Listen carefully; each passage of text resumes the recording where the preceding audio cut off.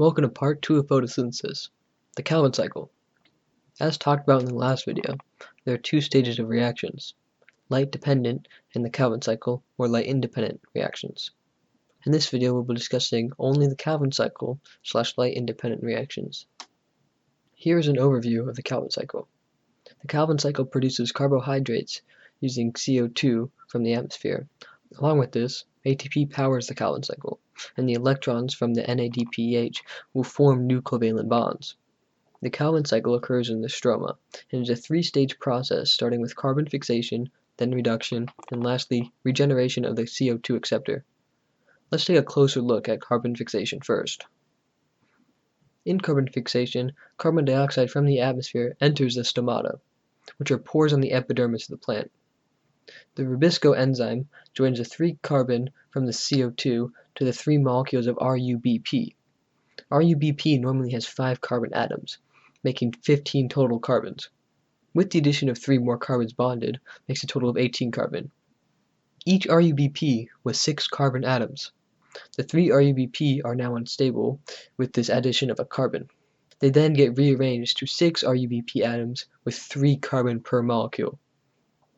Keep in mind that this process starts with 15 carbon atoms, and this is the Calvin cycle, so there must also be 15 carbon atoms at the end. Now on to the reduction phase.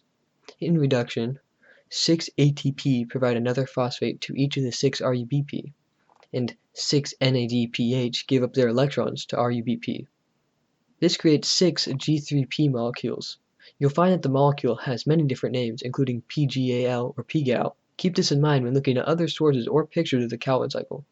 Only one of these G3P molecules leave the cycle, while the other 5 complete it and regenerate the carbon dioxide acceptor. To regenerate the carbon dioxide acceptor, ATP is used to rearrange the 5 remaining molecules of G3P into the carbon dioxide acceptor, which is 3 molecules of RUBP. The NADP+ and ADP go back to the light-dependent reactions to get regenerated, as long as there is light.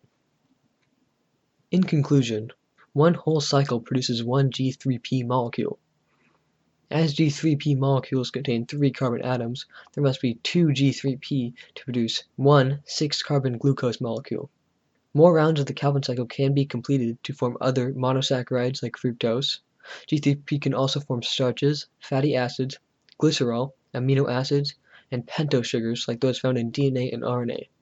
On hot days, the plant can close the stomata, which blocks carbon dioxide from getting in, making oxygen bond to RUBP instead of CO2 from the atmosphere. This is called photorespiration and is not sustainable, as plants will be unable to get enough G3P to function. Thank you for watching this video, and please leave any feedback or other topics you'd like to see in the future in the comments down below. Have a great day.